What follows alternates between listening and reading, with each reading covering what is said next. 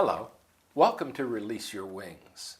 We've got a treat today because today we're discussing a new book by our friend Shireen Chada.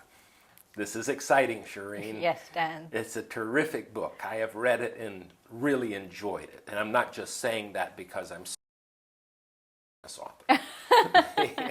But it's got not so famous. Yeah, well, not famous yet, but soon to be a bestseller. This, as you can see on your screen, is True Hollywood Blockbuster, The Making of Divine Heroes. And when I first picked it up, and it's got that superhero on the front, I went, Shireen, this is a spiritual book?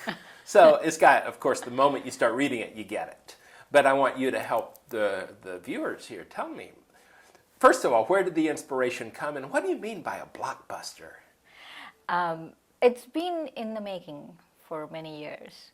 And last year I did a course in the center here with the same title, and then I made it into a book. Actually, this year, we're still in 2014. So Yes. this year, so it all happened this year.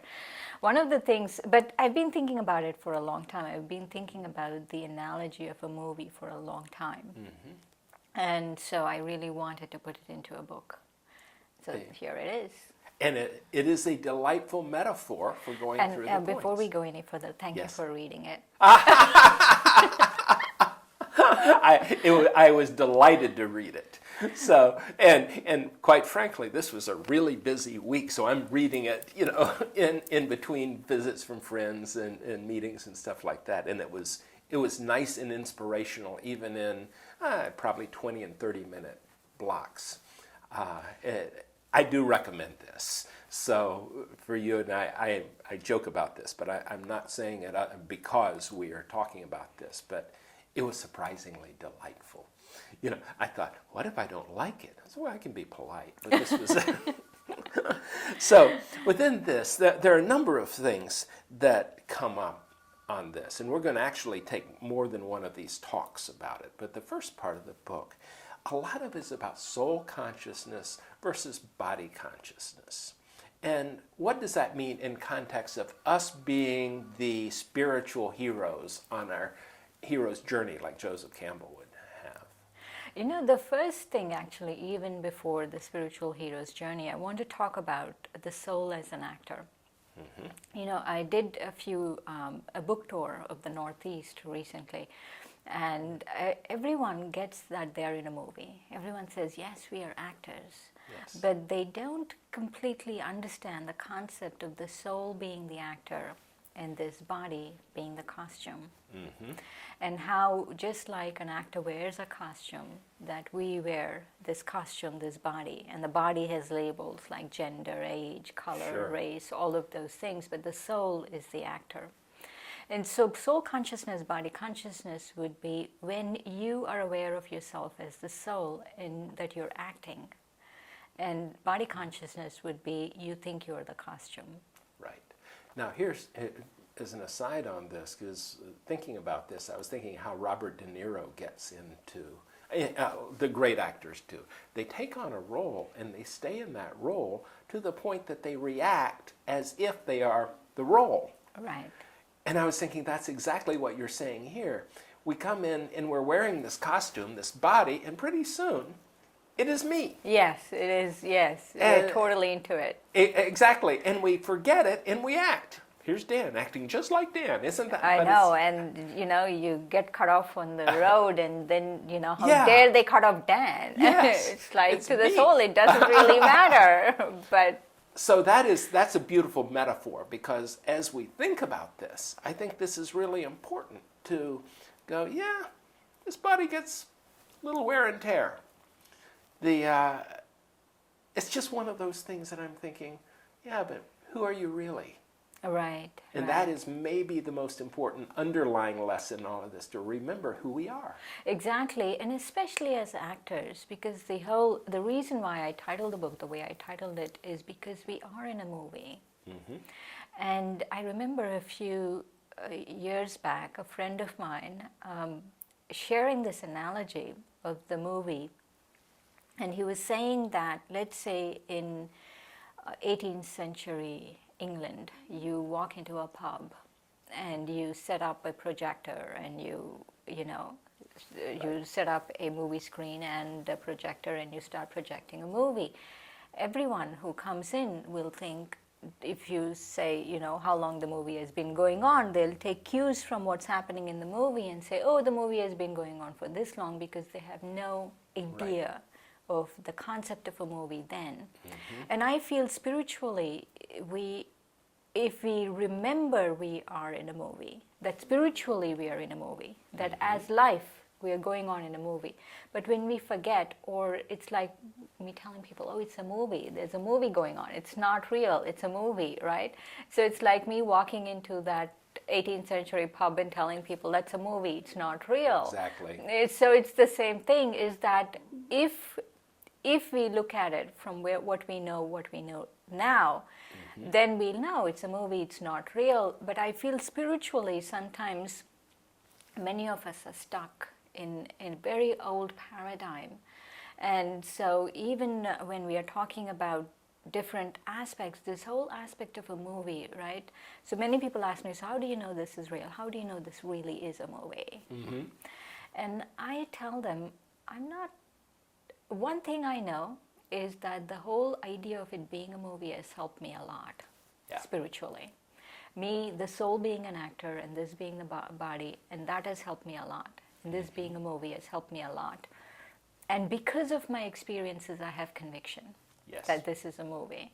But I can talk myself blue, but you will only have that when you have the same experiences. But you can't just sit down and do nothing and have the same experiences. Yeah, well, you know, part of the reason that it's so hard to get past this is I can't remember wearing a different body than I'm wearing here, but the truth of the matter is I am wearing a different body. I'm now wearing a body in the last stages of his 60s, okay? I used to wear one in 16, 6, 26, etc. But more than that, the atoms in our bodies are trading out all the time. Yes, exactly. Every few years, it's a completely new body. Right. Stomach lining, 6 weeks. Bones are the slowest. But so, you know, we were sitting doing this a couple years ago, as we've been doing this for a while now. But the bodies we showed up tonight in were not here. And I find that fascinating. So it's only an illusion that I haven't changed out bodies. If I look at pictures, you look at pictures of you as a little girl, you can see, no, this is a totally different body than I was in there. But it is the same soul. And that's why we can say, I don't feel particularly older. It's still me in here. More experienced, maybe. That, I love that. And where I think you were going with the body consciousness is costume consciousness, where you forget who you really are. So and it's very important. Like the book has a superhero on it. I always give this analogy: if the superhero forgets he's the superhero and goes around thinking he's the costume, then he loses all its power. His power. And so the same way, if I go around thinking I'm this costume instead of the soul, then I lose my power. So in that sense, if we're identified with our role, president of the company, our wonderful drop-dead good looks, then as these things fade, as we lose the job, as we age, then we're losing. The ego is saying, wait a minute, you've lost. Now this is horrible. And that is the hell that we put ourselves into, I believe. And I think that's where you were going on that. Yeah. The thing is, what happens is when we start becoming body conscious, I go into a lot of depth about this, is the whole idea of sattva, rajas, and tamas. How the soul goes through these stages of sattva, rajas, and tamas. Right. And how you're going to need to define those now. Sattva is just very pure wisdom, joy, and then rajas is this passionate, obsessive. Right. And then tamas is laziness and depression and all of those things. And how we, if you look at life, everything, it's like the primary colors. Everything has a portion of either sattva, rajas, or tamas, or someone has just sattva or someone has just tamas, but in varying shades, everything about life, you see that. And so you see this with body consciousness too, is from soul consciousness to body consciousness, I know if I'm in sattva or tamas stages, and then I go from there. And my joy or my wisdom or my happiness is totally dependent on that. And so yes, I can get temporary happiness out of body consciousness, but it's not lasting. And so if I want something lasting, then I have to really become soul conscious. Which is, then you understand who you really are, and I'm not just the last role I've been playing this week, or what have you. Another concept of the difficulties in the hero's journey. So what are some of these difficulties? Because most of us never think, oh good, I broke my leg. Or, oh good, I lost my job. We don't see oh this. good, I've been diagnosed with cancer. Yeah, yeah, to give your personal example. We don't see this, but as you look back on it, this is overcoming those obstacles is one of the great gifts we get as we're playing the soul's journey. Would you elaborate on some of that? Yeah, actually, let me talk about the spiritual hero's journey. Why did I name the book True Hollywood Blockbuster? One of the reasons is when I was looking at the blockbusters, right, pretty much every single one of them is a hero's journey. Yes. And I was thinking, why do people like Avatar is the highest grossing movie of all time, or Frozen, or Matrix, or any of those, right? And I was thinking is that it is, we somehow connect with it all through history, all through the ages, all cultures, even cultures that are shut off from the world, connect with this hero's journey story. And what happens is the reason we connect with it is it's the journey of the soul. It's not just the journey of the body. It's the journey of the soul going from light, from darkness to light, going from ignorance to enlightenment. It's the journey of the soul. And each of us really have traversed that journey. And so it's the soul saying, yes, I identify with that story. That's why they become blockbusters, and that's why the name of the book is True Hollywood Blockbuster. But I was thinking about it, that in the journey from darkness to light or ignorance to enlightenment, it's never a smooth sailing. There's always setbacks. Only when you look at it as a detached observer do you realize that, oh, that setback is really good for me. But if you're too much into it, I'm like, what's the benefit in this? Exactly. Well, many people have observed that there's little difference between breakdown and breakthrough.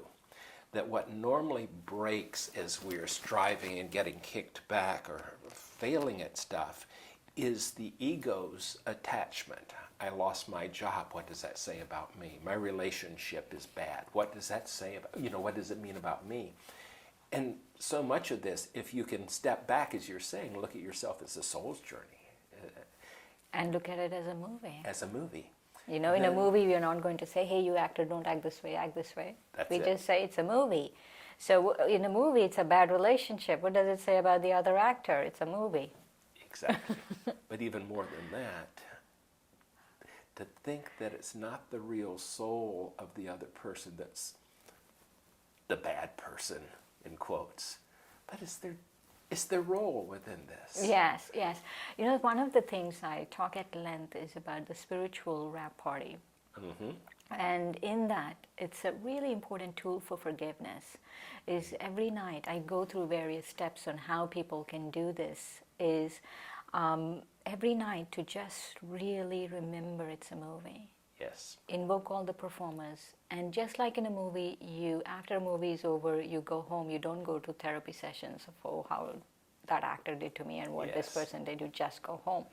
In the same way that we have to really remember every night, and that really the spiritual wrap party exercise that I talk about at length in the book helps really come to this understanding of the movie and come to this understanding of just being at peace with what's going on.